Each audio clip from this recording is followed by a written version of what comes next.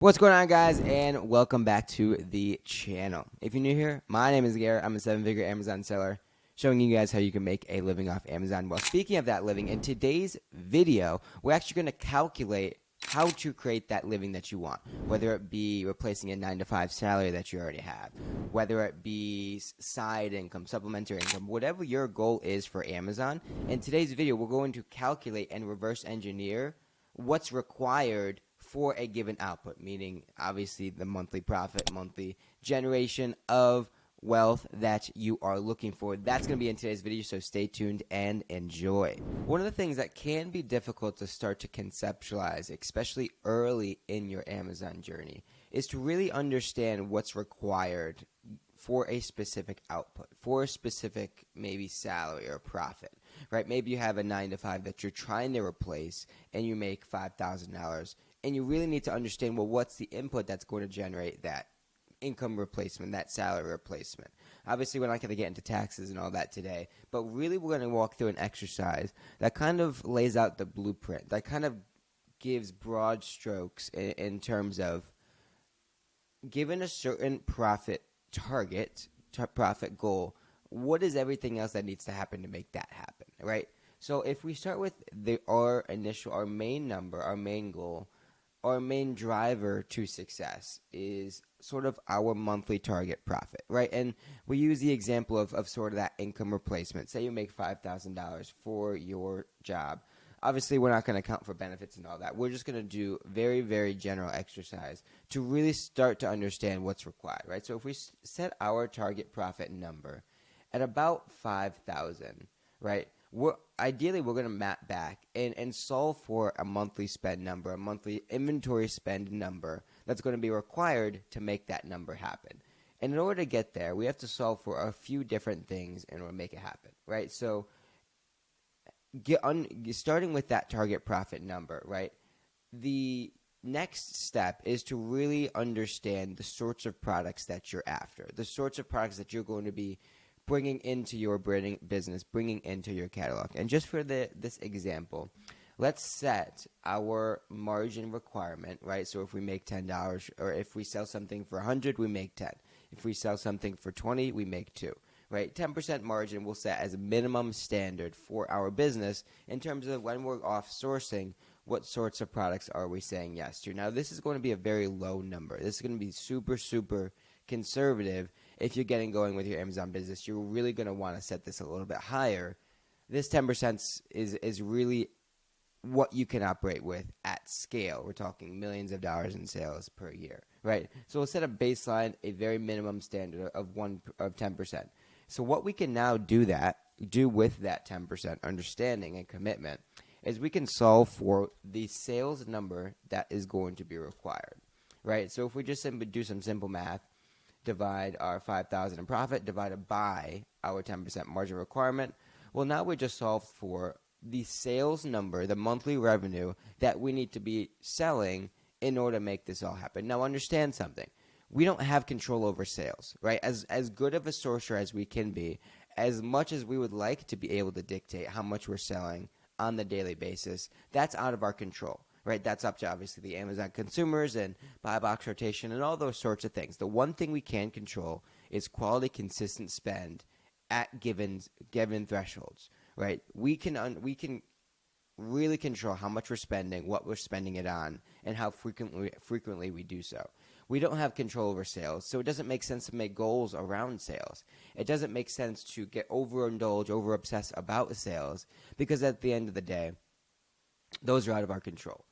Right, so now that we're at our monthly sales number, the missing piece here that really connects a sales number to the number that we really want to be solving for is this buy cost percentage. And not to get too into the weeds of what that number really does. Hey, quick commercial break. I appreciate you guys supporting and following the channel. If you are enjoying this particular video, which I'm assuming you are if you're still watching it to this point, make sure you subscribe to the channel, scroll down, hit that subscribe button. Helps me out, helps the channel out. Let's get back to the content. It's just a relationship between how much I'm buying stuff for and how much I'm selling it for, right? If over the long haul, the long-term average of my business, if I'm buying something for 50, am I selling on average those products for 100, for 90, for 110, for 120? What is that percentage? What's the relationship between every product that I buy in terms of every product that I go around and sell? What's that numeric relationship?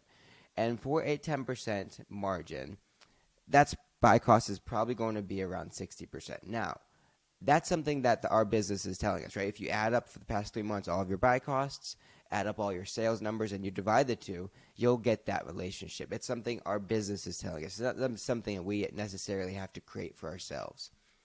Now, also understand that our margin and our buy costs are inversely related, right? And so what that means is as one goes up, one will go down. And so we just set our margin at 10%, and that's probably going to mean about a 60% buy cost relationship. Right now, as we start to raise our margin, now our buy cost is going to go down, right? It just has to happen like that.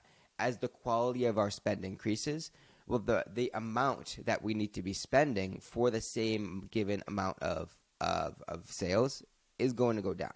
Right, so you see what starts to happen. Say we set our margin at 15%. Well, our buy cost percentage is probably going to be around 50%, right? If we set our margin to 20%, well, our buy cost percentage is probably going to be around 40%. Right, as we raise our margin, our buy cost percentage decreases, meaning we have to spend less to make the same amount. And so what that does is we have the relationship between how much we're spending and selling. We have how much we need to sell. Well, now we can figure out and back into how much we need to be spending. And so that's just some simple math.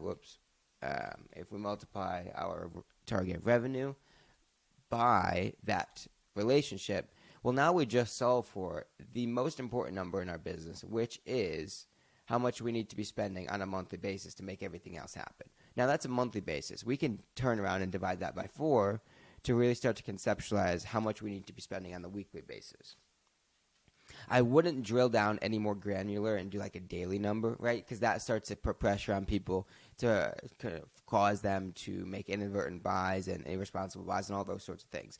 I would keep it on a weekly scale just to keep boundaries on what you're doing, right? Keep those sort of bowling ball bumpers in terms of how much you're sourcing, right? Because ultimately, if you're trying to make $5,000 each and every month and your sourcing is only creating, about $5,000, $4,000 in weekly spend, well, something needs to change.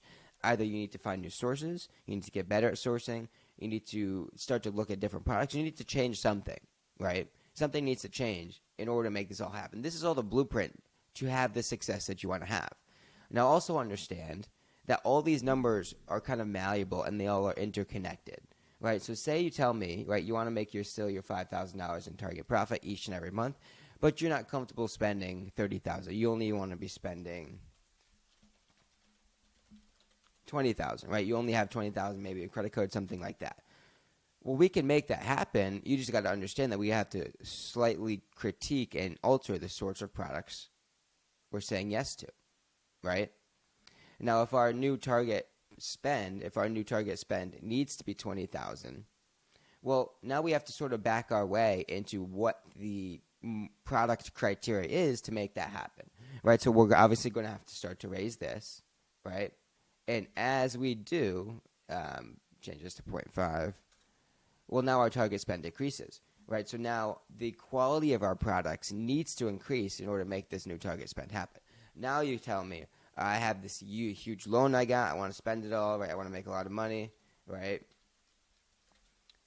And so typically what happens as businesses grow, they have more spending capital, and they can just start to say yes to more products.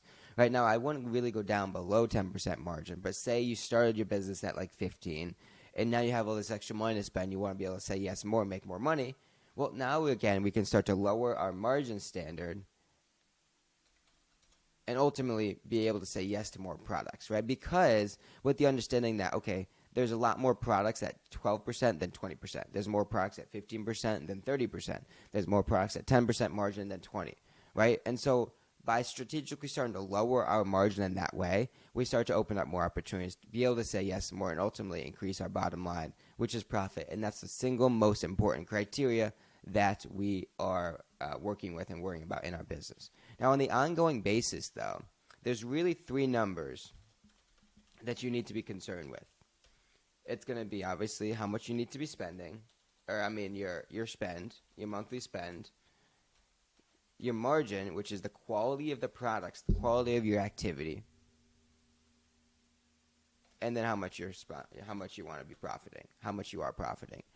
If you worry about your spend, you worry about the margin, which is the quality of your products, and ultimately you're worrying about how much money you're making, well, everything else is really going to happen. Everything else is going to fall into place, and that's going to allow you to accomplish everything you want to in this business. Thanks for watching, guys. If you like the video, subscribe to the channel, and we'll see you in the next one.